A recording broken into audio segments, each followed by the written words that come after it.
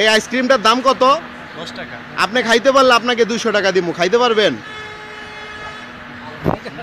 আপনার জিনিস যদি ভেজাল না হয় তাহলে আপনি খান, আর যদি আপনি না খান তাহলে আমি কি বুঝে নিব যে আপনার এটার মধ্যে ভেজাল আছে, স্যাকারিন আছে, এর লেগে আপনি খাইতেছেন না।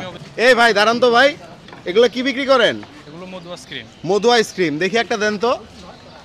মধু আইসক্রিম, এটা কি কোন আইসক্রিমের মতো না? লটারি আছে? জি। এটা কয় টাকার দিতেছেন? এটা 10 টাকা। একটু পরে দেন। এটা কি লটারি আছে এটার সাথে? জি আছে। মানে ধইরালে আমি লটারি। আচ্ছা। আচ্ছা দাঁড়ান, ওয়েট। তিনটা আইলে কি তিনটা পামো? জি 3টা পাবেন। আচ্ছা ঠিক আছে, দাঁড়ান দেখি আমার ভাগ্য পরীক্ষা করে নিই আগে। একটা পাইছি? আপনি একটা পাইছেন। আচ্ছা তাই ভাগ্যে একটাই আছে, দেন একটাই দেন তাহলে। দিছেন? আইসক্রিম জি। এই আইসক্রিমটার দাম কত? 10 টাকা। আপনি খাইতে পারলে আপনাকে 200 টাকা দিব। খাইতে পারবেন?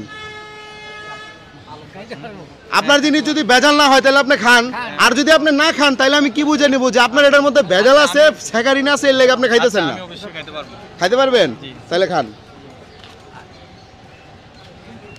নিয়ামুল ভাই 200 টাকা বাইর করেন।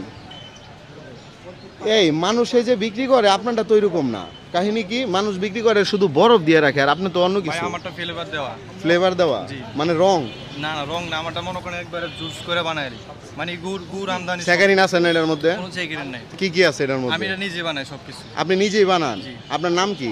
আমার নাম মোহাম্মদ রাকিব। মোহাম্মদ রাকিব। দেশের বাড়ি কোথায়? বরিশাল। বরিশাল কোন জায়গা? বরিশাল বোলা। বরিশাল ভোলা, মানে ভোলা আপনার বাড়ি? হ্যাঁ, হ্যাঁ। আমার বাড়ি হচ্ছে জালুগাড়ি। ও। তো আমরা দেশি।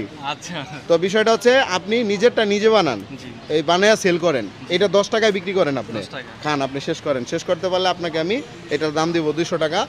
আর আপনাকে মানে এটা খাওয়ানোর মূল উদ্দেশ্য আমার এইটাই, আপনি যেই খাবারটা বিক্রি করতেছেন এটা বড় মানুষটা ভুলেও খাইবো না।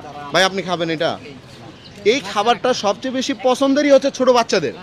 হ্যাঁ, এখন এই যে বাচ্চারা যে খাবারটা খাবে ওই খাবারটা কিন্তু 100% পিওর হওয়া উচিত, কারণ ওদের কিন্তু রোগ প্রতিরোধের ক্ষমতা একটু কম থাকে।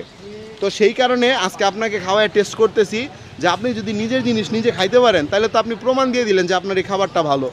খান, আপনি শেষ করে ফেলেন আমি পুরোটা। এটা প্রায় 1 বছর ধরে বেশি। কোন জায়গায় বেছেন? এই জায়গাটার নাম কি?